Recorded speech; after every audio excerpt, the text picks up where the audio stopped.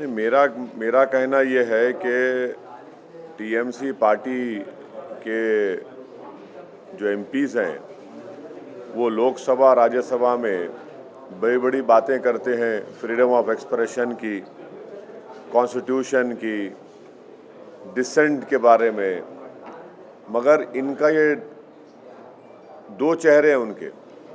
एक दिल्ली में एक बात करते हैं और बंगाल में उसके ऑपोजिट काम करते हैं लोग। अगर मैं पब्लिक मीटिंग करना चाह रहा हूँ तो आप क्यों इजाज़त नहीं देते मेरे को? और हम इलेक्शन कमीशन ऑफ इंडिया से भी ये बताएंगे कि जहाँ पर हमारी पब्लिक मीटिंग होने वाली थी वहाँ का जो पुलिस के जितने ऑफिशियल्स हैं उनको election commission code of conduct आने के बाद उनका इमीडिएटली ट्रांसफ़र करना, इसलिए कि वो अगर रहेंगे ड्यूटी पे। अभी हमारे को इलेक्शन का कोड ऑफ कंडक्ट नहीं आया, उससे पहले हमको पब्लिक मीटिंग का परमिशन नहीं दे रहे आप, तो कैसे इलेक्शन फ्री एंड फेयर होगा? और नरेंद्र मोदी की सभा हो सकती है, अमित शाह की सभा हो सकती है, नड्डा की सभा हो सकती है, कांग्रेस की हो सकती है, सीपीएम की हो सकती है, दूसरे फॉरवर्ड ब्लॉक के पार्टीज की हो सकती है, टीएमसी हम क्यों नहीं कर सकते भाई? हम पब्लिक मीटिंग करेंगे, ठीक है, पब्लिक नहीं आएगी मगर मेरा राइट तो है ना। तो इससे साफ जाहिर हो गया कि ये जो सेकुलर लिबरल किस्म के जो लोग हैं जो टीएमसी के ताल्लुक से दिल्ली में इन एमपीज़ की स्पीच सुनकर बड़ा थालियां मारते हैं, उनको सोचना पड़ेगा। भाई लोकसभा में तो आप बड़ा, राज्यसभा में बड़ा बोलते हैं dissent, freedom of expression, Tagore को कोट करते आप, और आपकी सरकार तो वेस्ट बंगाल में हमको एक पब्लिक मीटिंग का परमिशन नहीं थी। पूरा एप्लीकेशंस इन ऑर्डर थे, आप नहीं देते। तो इससे साफ जाहिर हो रहा है कि इनका ये डबल स्पीक है, ये इनकी हिपोक्रेसी है। यकीनन हम टीएमसी, बीजेपी, सीपीएम, कांग्रेस सबके खिलाफ बोलेंगे हम। और ये पार्टीज ये नहीं समझ रही है कि मुस्लिम माइनॉरिटी में, ख़ास तौर से यूथ में एक चर्निंग है, एक डिज़ायर है कि हमारा पॉलिटिकल रेलेवेंस हो, हमारी एक पॉलिटिकल लीडरशिप बने, जो हमारे डेमोक्रेसी के लिए बहुत अच्छा है। हमारी डेमोक्रेसी मजबूत होगी अगर यूथ अगर आकर डेमोक्रेसी में पार्टिसिपेट करेगा तो उसके लिए बहुत अच्छा होगा। ये अनफॉर्चुनेट है कि टीएमसी गवर्नमेंट हमारे को परमिशन नहीं दे रही है, बड़ा अनफॉर्चुनेट है ये। इलेक्शन हम जीतेंगे, हारेंगे, आप जीतेंगे तो लगा हुआ है, मगर हमारा व्यू पॉइंट रखने के आप हमारे को नहीं दे रहे इजाज़त। ये कौन सी डेमोक्रेसी की फिर बात कर रहे हैं आप? हमको तो मौका मिलना चाहिए ना हमारी बात रखने का।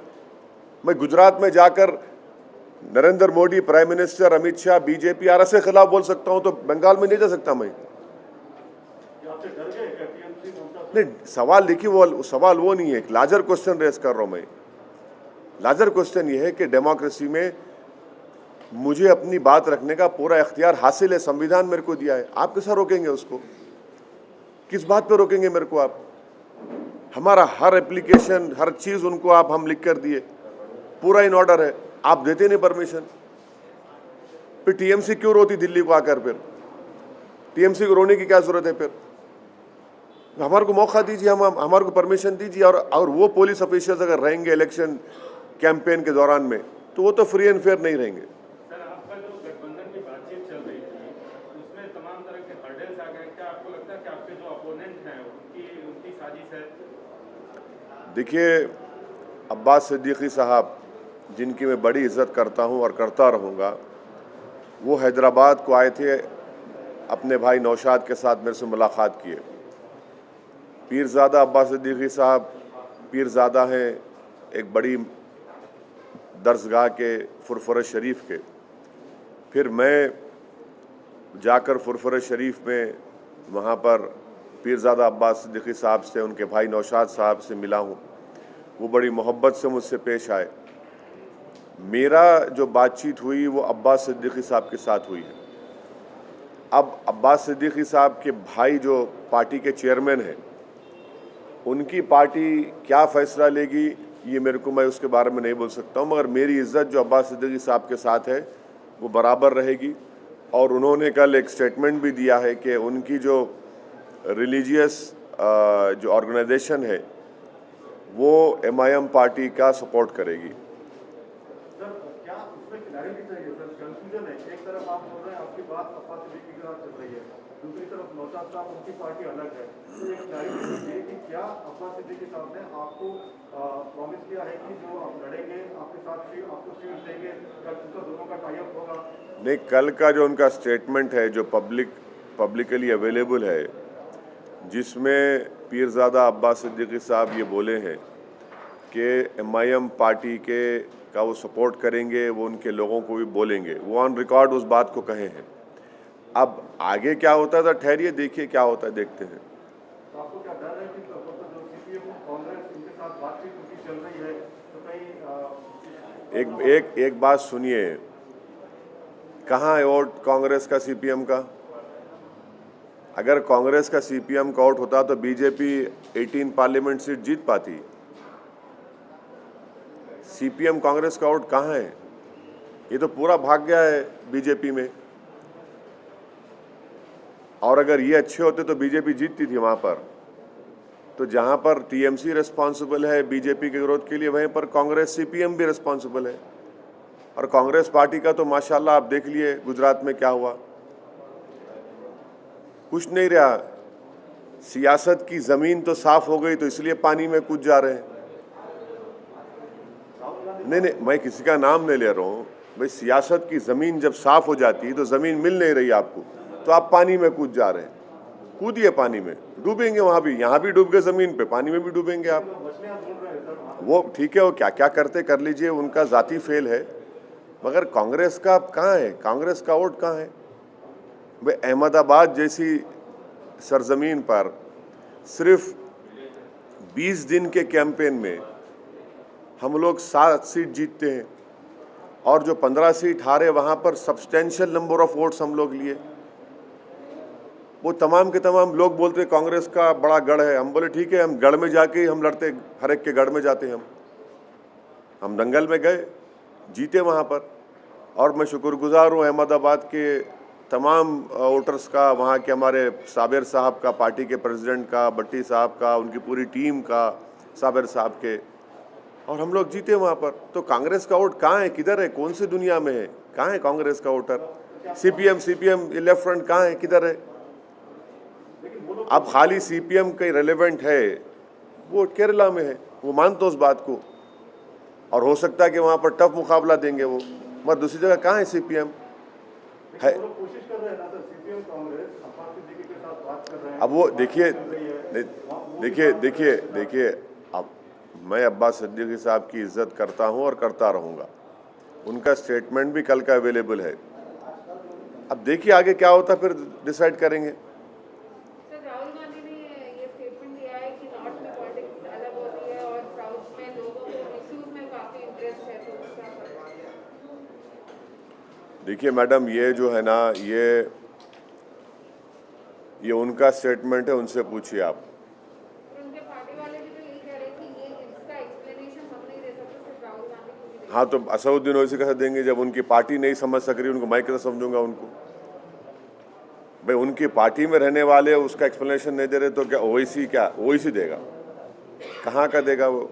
इसीलिए देखिए, कांग्रेस पार्टी का बुरा हाल है। कांग्रेस पार्टी कन्फ्यूजन के स्टेट में नहीं है, बल्कि कोमोटा स्टेज में आ चुकी है अभी। तो ना फिर आप अमित शाह को क्यों दे रहे परमिशन? फिर बीजेपी को क्यों दे रहे? हमको भी दो परमिशन। आप परमिशन नहीं देने क्यों नहीं दे रहे आप? मेरे को अपनी बात रखने का हक, इख्तियार हासिल है।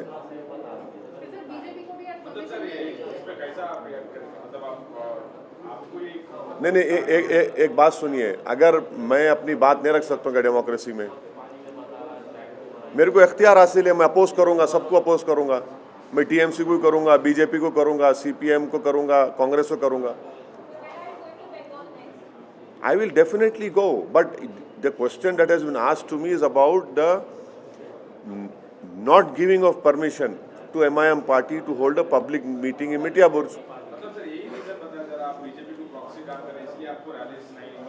ये जब गोधरा हो रहा था, ममता बनर्जी कहाँ बैठे थे?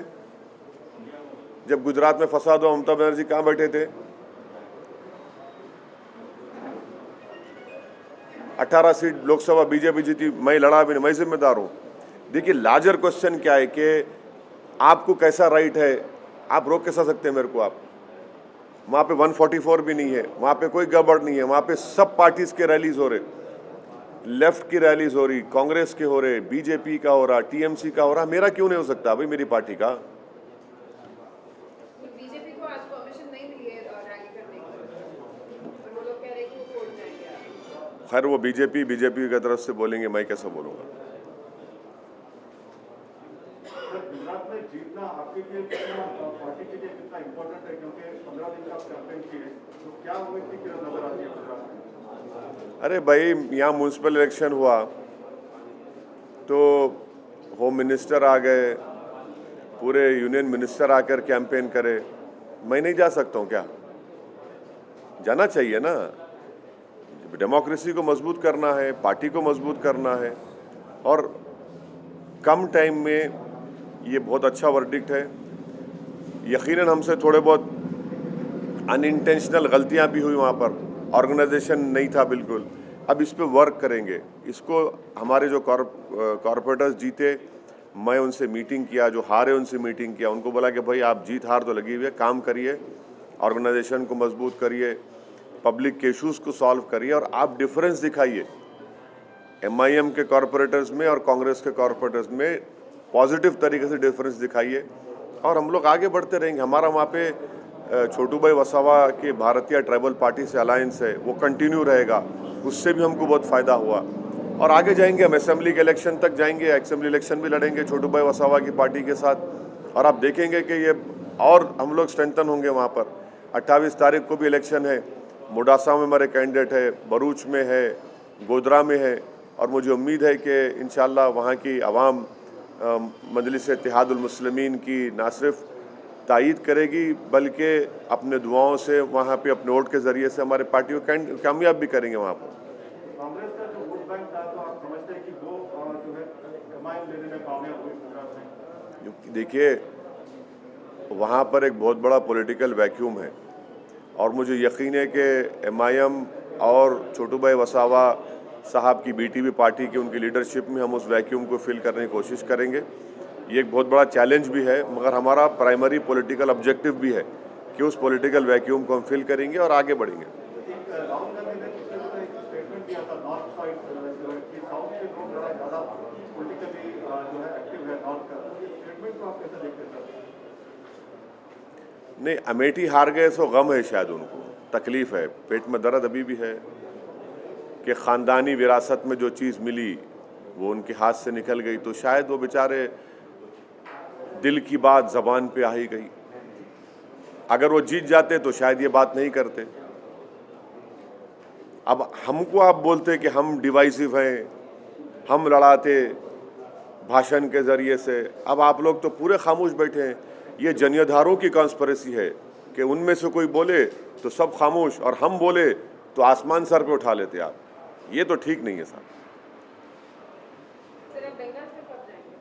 जाएंगे मैडम, बंगाल बराबर जाएंगे, वहाँ पर लड़ेंगे, मुकाबला करेंगे। हमारी ऑलरेडी हमारी टीम वहाँ पर काम कर रही है और अच्छी तरीके से ग्राउंड पर काम कर रही है। और देखिए आगे हम बढ़ते हैं, कैंडिडेट्स की जो कॉन्स्टिट्यूंसीज भी आइडेंटिफाई करें, वो एक लिस्ट हम हमारे नौशाद साहब और पीरज़ादा अब्बास साहब को भी हमारे पार्टी के लोग दिए हैं, वो कॉन्स्टिट्यूंसीज की लिस्ट उनको दिए हैं।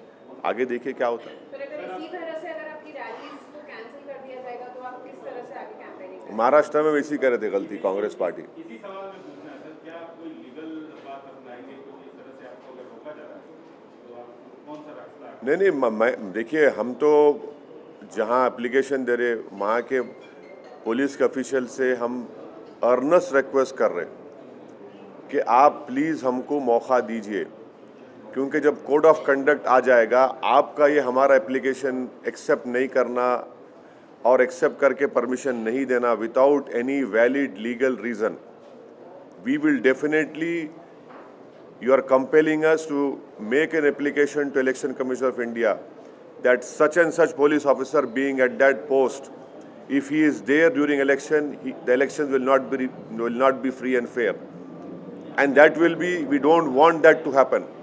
We want the local police administration to give us permission, because if you are not giving us permission, how can the election be free and fair? That is for the election commission to look into. कुछ वजह नहीं, खाली pillar to post फिराते हमारे को, वहाँ चले जाइए, आपका परमिशन हो गया, उधर जाइए। हम बोले भाई कागज़ तो दे दो हमारे को। अच्छा रिजेक्ट कर दो, आप नहीं दिए सो, वो भी नहीं करते। हम कल स्पीकर्स लगा रहे थे वेन्यू पर, आके पुलिस रुका दी, लेके चले गए।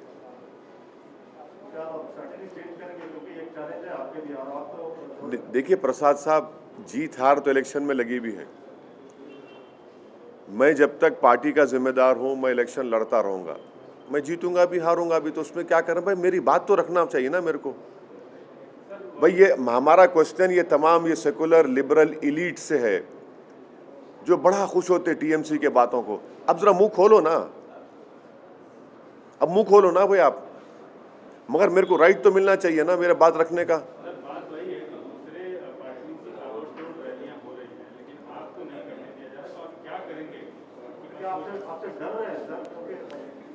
अरे भाई डर रहे हैं या नहीं डर रहे हैं, सवाल वो नहीं है। सवाल ये है कि क्या ये डेमोक्रेसी के लिए अच्छा है?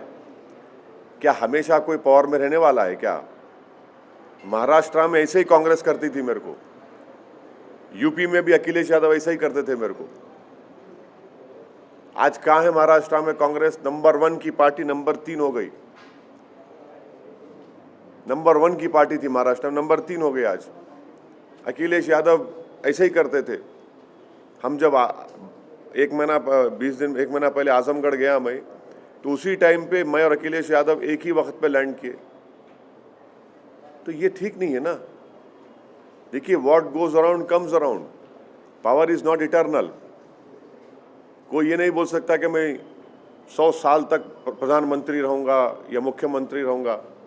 सबको जाना है इस दिन। जनता है, जनता बादशाह है। बड़े बड़ों को मट्ठी चका दी जनता, इंदिरा गांधी को निकाल दी, राजीव गांधी को निकाल दी। ये जनता बड़े बड़े अटल बिहारी वाजपेयी को हरा दी। तो ये समझना चाहिए, ये डेमोक्रेसी में अगर ये लग रहा है कि कोई अपने स्टेट के पावर से या अपने एग्जीक्यूटिव पावर से सबको दबा के, नहीं दबा सकते आप, नहीं दबा सकते आप। ये कहीं ना कहीं गिरेंगे वो लोग। ऑर्गेनाइजेशन स्ट्रेंथ, पब्लिक में रैपो, पब्लिक में पॉपुलैरिटी बहुत अच्छा है। ये इनर मोस्ट डिज़ायर है बंगाल में, स्पेशली मुस्लिम माइनॉरिटी में, यूथ में, कि हमारी आवाज़, हमारी पहचान, हमारी ताकत दिखना है। क्योंकि वो देख चुके हैं कि सीपीए लेफ्ट फ्रंट का 25 साल का उनका टेन्योर था, कुछ नहीं करे। टीएमसी भी है, उससे पहले कांग्रेस भी थी। तो वो लोग एक वायबल पॉलिटिकल अल्टरनेटिव देख रहे हैं। क्योंकि 18 सीट जब बीजेपी जीती, ये सब दिख रहा उनको कि भाई फिर हमारे वोट की वैल्यू क्या है। और फिर सोशो एजुकेशनल इकोनॉमिक स्टेटस जो मुस्लिम माइनॉरिटी का है, उस पर भी उनको तकलीफ है। तो ये समझ नहीं पा रहे हैं लोग। सीपीएम लेफ्ट का, कांग्रेस का, तो कहाँ है वोट? कहाँ है उनका? किधर है वोट उनका? उनका वोट है ही नहीं। एक खंडेर खड़ा है जो देख के वो सोचे हाँ एक जमाने बड़ी आलीशान इमारत थी। वही हाल है उनका, सीपीएम का, कांग्रेस का वहाँ पर।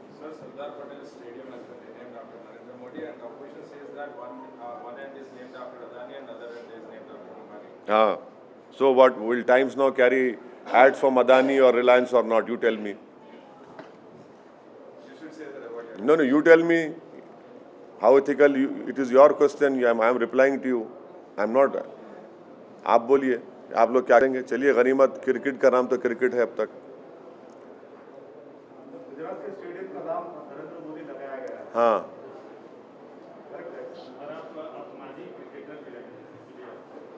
नहीं, ये डे एंड नाइट मैच हो रहा है ना। डे एंड नाइट मैच में ऐसा ही होता। नीतीश कुमार ने कहा है कि MIM is on the verge of breaking up.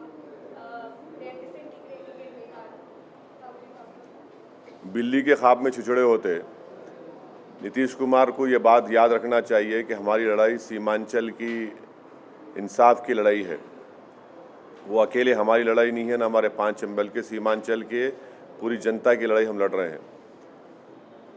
Nitish Kumar खुद कमज़ोर हो चुके हैं, वो बीजेपी के बैसाखियों के सहारे पर मुख्यमंत्री बने बैठे हैं। हमको नीतीश कुमार से सिर्फ यही बोलना है कि आप सीमांचल से इंसाफ करिए, सीमांचल को स्पेशल स्टेटस दीजिए, पूर्णिया को बिहार का सेकंड कैपिटल बनाइए, पूर्णिया के एयरपोर्ट का काम करिए। सीमांचल में जब बारिश होती है तो ज़मीन के कटाव के लिए वहाँ बांध का इंतज़ाम कराइए, डैम बना जो करना है उसका कराइए। जो वहाँ पर डिग्री कॉलेजेस नहीं है, उन डिग्री कॉलेजेस को खोलिए, एजुकेशन का इंतज़ाम करिए। हमारी लड़ाई सीमांचल की लड़ाई है। तो नीतीश कुमार से हम बहैसियत मुख्यमंत्री ये बोल रहे हैं, उनको करना चाहिए। और अगर नीतीश कुमार सीमांचल से इंसाफ नहीं करेंगे तो हम सीमांचल की जनता में हम जाकर खड़े हो जाएंगे और सीमांचल की जनता को लेकर हम प्रोटेस्ट करेंगे। क्या वजह बताई गई है उसमें और आपका क्या देखना है? देखिए, आप थोड़ा देर से आए तिवारी साहब, मैं इस सवाल का जवाब दिया हूँ। वो ये है कि मैं मानता हूँ कि मेरे को परमिशन नहीं देना ये संविधान के लिए, डेमोक्रेसी के लिए बहुत अच्छी चीज़ नहीं है। और टीएमसी की सरकार जो एमआईएम पार्टी को पब्लिक मीटिंग नहीं करने का जो कोशिश कर रही है, हम सिर्फ उन सेकुलर लिबरल इलीट से ये पूछना चाह रहे हैं कि जो टीएमसी के एमपीज़ के भाषण पर दिल्ली में बड़े थालियां मारते हैं, अब थाली बजाइए। जो दिल्ली में टीएमसी के एमपीज़ लोकसभा में, राज्यसभा में बैठकर संविधान की, डिसेंट की, फ्रीडम ऑफ एक्सप्रेशन की, रविंद्रनाथ टैगोर को कोट करते हैं, आज उन्हीं की सरकार तो उल्टा काम करती है। मुझे अपनी बात रखने का इख्तियार क्यों नहीं है? जब अमित शाह, नरेंद्र मोदी प्रधानमंत्री, सीपीएम के, लेफ्ट फ्रंट के, कांग्रेस के सब लोग सभाएं कर, हम क्यों नहीं कर सकते? यकीनन हम बराबर टीएमसी के खिलाफ बोलेंगे, बीजेपी के खिलाफ सख्ती से बोलेंगे, कांग्रेस लेफ्ट के खिलाफ बोलेंगे। हमको बोलने का इख्तियार है। और वहाँ पर कोई 144 नहीं है, कोई लॉ एंड ऑर्डर का प्रॉब्लम नहीं है। हर चीज़ हम लोग राइटिंग में लिख कर दिए। हमको खाली भगा रहे, यहाँ से आओ, वहाँ से यहाँ भगा रहे आप। ये मजाक बना के रखे। और मैं बड़ा पूरी ह्यूमिलिटी के साथ उन पुलिस के ऑफिसरों से रिक्वेस्ट कर रहा हूँ कि ऐसा मत करिए। आप ऐसा करेंगे तो कल कोड ऑफ कंडक्ट आएगा तो हम लिख कर देंगे इलेक्शन कमीशन ऑफ इंडिया को कि अगर आप वहाँ पर रहेंगे तो इलेक्शन फ्री एंड फेयर नहीं होंगे। हमारे को बोलने का इख्तियार हासिल है, हमको बोलना चाहिए, हम बोलेंगे। गुजरात में जाकर हम बीजेपी के खिलाफ, आरएसएस के खिलाफ, नरेंद्र मोदी के खिलाफ, अमित शाह के खिलाफ हम बोल सकते हैं और हम वहाँ जीते हमारे कॉर्पोरेटर्स। वहाँ पे कांग्रेस के खिलाफ हम बोले, यहाँ पर क्यों नहीं दे रहे हमको परमिशन? कौन किससे मिला हुआ है आपको तय कर ले, जनता तय कर ले कौन किससे मिला हुआ है बंगाल में। सर, आपने कहा कि आप कांग्रेस के खिलाफ बोलेंगे, लेफ्ट पार्टी के खिलाफ बोलेंगे। आपके जो सहयोगी हैं, जिनके अगुवाई में, जिनके नेतृत्व में आप वहाँ पर बंगाल में चुनाव लड़ने वाले हैं, वो तो कांग्रेस और लेफ्ट के साथ। वो उनकी पार्टी क्या डिसाइड करती है वो उनसे पूछिए।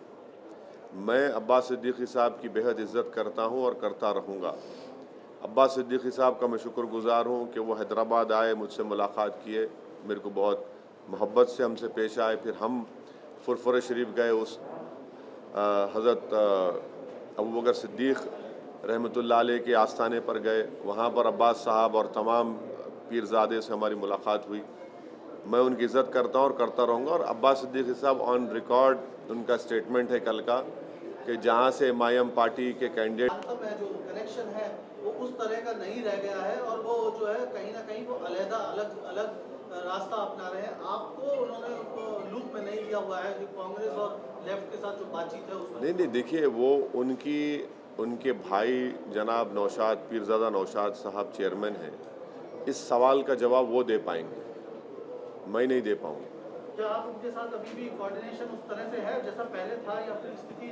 नहीं, हमारी तरफ से तो उनको हम लिस्ट दिए, वो हमसे लिस्ट पूछे थे उनके भाई नौशाद, पीरज़ादा नौशाद साहब, कि कहाँ से आप कंटेस्ट करना चाहेंगे, तो हम तो लिस्ट दे चुके हैं उनको। अब उनकी पार्टी क्या डिसाइड करती है अलग बात है, मगर मेरा मानना ये है कि कांग्रेस पार्टी का सीपीएम का अगर वोट होता तो फिर बीजेपी इतने 18 सीट क्यों जीती? एम्पिरिकल एविडेंस है कि बीजेपी का जो वोट बढ़ा है बंगाल में, वो तो टीएमसी का भी वोट लिए, सीपीएम का लेफ्ट फ्रंट का भी लिए, कांग्रेस का भी लिए। और बंगाल में मेरी ओपिनियन में वहाँ के मुस्लिम माइनॉरिटी में स्पेशली और यूथ में एक चर्निंग है, एक डिज़ायर है कि हमारी एक पॉलिटिकल प्लेटफॉर्म हो,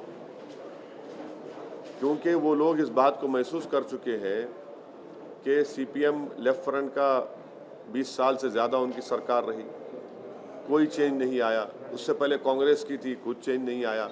अब टीएमसी है, तो वो लोग एक वायबल पॉलिटिकल अल्टरनेटिव प्लेटफॉर्म की तलाश में है और वो वैक्यूम है, और एमआईएम पार्टी कोशिश करेंगे उस वैक्यूम को फिल करने की। सर एक लास्ट, अगर वो अब्बास सिद्दीकी साहब कांग्रेस और लेफ्ट के साथ जा रहे हैं, जैसे कि क्या एमआईएम भी उनके साथ इस उसमें है? क्या उस कोलिशन में एमआईएम भी पार्टिसिपेट करेगी? देखिए, अगर कोई पार्टी उस बात का फैसला करके बताती है, आप जब आकर मुझसे पूछिए।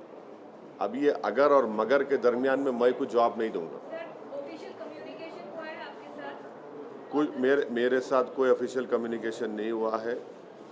मैं ऑन रिकॉर्ड आपसे कह रहा हूँ कि जनाब पीरज़ादा नौशाद साहब को हमारी पार्टी की तरफ से वो असेंबली कॉन्स्टिट्यूंसीज़ की हम लिस्ट दे चुके हैं जहाँ पर हम इलेक्शन लड़ना चाहते हैं, वो लिस्ट उनके पास है। अब वो सब तफसील आपको नहीं, उतना काफ़ी है। सर जिन सीटों पे एमआईएम के कैंडिडेट आपने लिस्ट दी है, क्या उन सीटों पे इंडियन सेकुलर फ्रंट के उम्मीदवार नहीं होंगे? ये एश्योरेंस आपको मिला है अभी? अरे भाई साहब, आप तो ऐसा चाह रहे हैं कि पूरे कैमरा लगाकर आपको पूरी मीटिंग का बोल दूं। आपको जो बोलना था बोल दिया हमें, अब ठहरिए ना, थोड़ा टाइम दीजिए, क्या होता है देखते हैं। Sir, when permission is denied, why don't you sit in Calcutta and fight against it? Why don't you reapply for permission? No, our party cadre is working on the ground. They are trying their level best. Let us see. We'll definitely go. Not going is not the issue. The larger question is, why are you not giving permission? And why do you talk in these flowery terms when you come to Delhi about dissent, democracy, freedom of expression? When you don't allow, you allow Amit Shah to hold a public rally. You allow BJP to hold public rallies, Congress and left to hold rallies, but not to MIM. Why? This raises a big question mark about their approach. While there is an uncertainty over it, Madam, we have gone over there to what? To do politics, to serve the people. We'll continue to do that. Sir Madhya Pradesh में भी आप ऐसी खबरें आ रही कि मध्य प्रदेश में भी चुनाव की लड़ने की उसकी लोकल बॉडी। हाँ, लड़ेंगे, क्यों नहीं लड़ेंगे? लड़ना चाहिए, लड़ेंगे भाई, क्यों नहीं लड़ेंगे? लड़ेंगे। हाँ, अब ये सब बातें मेरे से क्यों पूछ रहे हैं यार? सर एक लास्ट, आप शौकत जी के यहाँ पे जो शादी के कार्यक्रम में गए थे, हाँ। उसमें आपकी मुलाकात शिवपाल यादव से हुई। साथ में बैठ के खाना भी खाए, कुछ बताएंगे कि क्या साथ में बैठ के खाना भी खाए। शौकत की बेटी की शादी थी, खुशी का मौका था। उसमें आगे कुछ क्या किसी? हाँ जरूर, ये शिवपाल यादव ये खुशी के मौके आगे बढ़ते रहेंगे, उसमें क्या बात है बुरी? शिवपाल यादव के साथ क्या? मुलाकात करेंगे जाकर, बिल्कुल साथ रहेंगे, क्यों नहीं, क्या बात है उसमें? और आजम खान भी आपके साथ आए? भाई आजम खान साहब तो अभी वो परेशान है, अल्लाह उनकी परेशानियों को कम कर दे, अल्लाह उनकी तकालीफ से उनको छुटकारा दिला दे। वो अभी परेशान है, तो इस तरह का सवाल क्यों करते आप उनके बारे में?